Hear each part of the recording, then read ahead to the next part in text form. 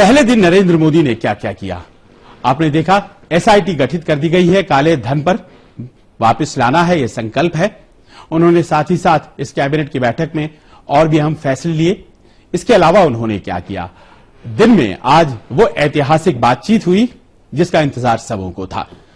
पाकिस्तान के प्रधानमंत्री हमारे देश में थे नवाज शरीफ, और नवाज शरीफ से विशेष तौर पर बातचीत आज हुई नरेंद्र मोदी की। पाक प्रधानमंत्री से अपनी पहली मुलाकात में ही नरेंद्र मोदी ने बड़ी सख्ती के साथ आतंकवाद का सवाल उठा दिया। नवाज शरीफ ने भी भारत आकर खुशी जाहिर की और यह कहा कि दोनों देशों के बीच बातचीत बहुत जरूरी है। और नवाज शरीफ ने नरेंद्र मोदी को पाकिस्तान आने का न्योता भी दे दिया लगे हाथ। वैसे आपको यहां बताते चले, 10 साल में एक बार भी नरेंद्र मोदी आज प्रधानमंत्री हैं। मनमोहन सिंह कभी भी नहीं गए पाकिस्तान, और देखना है नरेंद्र मोदी क्या जाते हैं। मनमोहन सिंह तो पाकिस्तान में पैदा भी हुए हैं, बावजूद इसके वो नहीं गए थे। लेकिन आज जो शुरुआत हुई है वो बात कहां तक जाएगी, एक रिपोर्ट देखिए। हैदराबाद हाउस में प्रधानमंत्री मोदी और पाकिस्तान के प्रधानमंत्री नवाज शरीफ के बीच करीब 40 मिनट तक अहम मुद्दों पर बातचीत हुई। मोदी ने इस बात पर जोर दिया कि पाकिस्तान अपनी जमीन पर आतंक को पनपने से रोकने का वादा निभाए। इतना ही नहीं, मोदी ने 26/11 के मुंबई हमले का मुद्दा भी उठाया। पहले ही दिन उन्होंने पाकिस्तान के प्रधानमंत्री नवाज शरीफ से मुलाकात कर ये स्पष्ट कर दिया कि आतंकवाद के मुद्दे पर पाकिस्तान का ढुलमुल रवैया भारत को नाकाबिले बर्दाश्त होगा। विदेश सचिव सुजाता सिंह के मुताबिक मोदी ने पाकिस्तान के पीएम से कहा कि इस मामले में दोषियों के खिलाफ हो रही सुनवाई में तेजी लाई जाए। बैठक में विदेश मंत्री सुषमा स्वराज और राष्ट्रीय सुरक्षा सलाहकार अजीत डोभाल भी मौजूद थे। PM underlined our concerns relating to terrorism. It was conveyed that Pakistan must abide by its commitment to prevent its territory and territory under its control from being used for terrorism against India. बातचीत के बाद press के सामने आकर नवाज शरीफ भी गदगद नजर आए।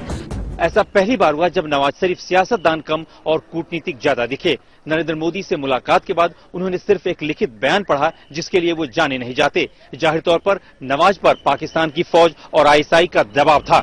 नवाज शरीफ ने इस मुलाकात को दोनों देशों के लिए ऐतिहासिक मौका बताया और रिश्तों की गाड़ी आगे बढ़ाने की बात कही। I stress to the Prime Minister that we have a common agenda of development and economic revival, which is not possible to achieve without peace and stability in the region. दोनों देशों के प्रधानमंत्रियों के बीच ये मुलाकात कई मायनों में अहम मानी जा रही है। कई सालों से दोनों देशों के आपसी रिश्ते बनते बिगड़ते रहे हैं।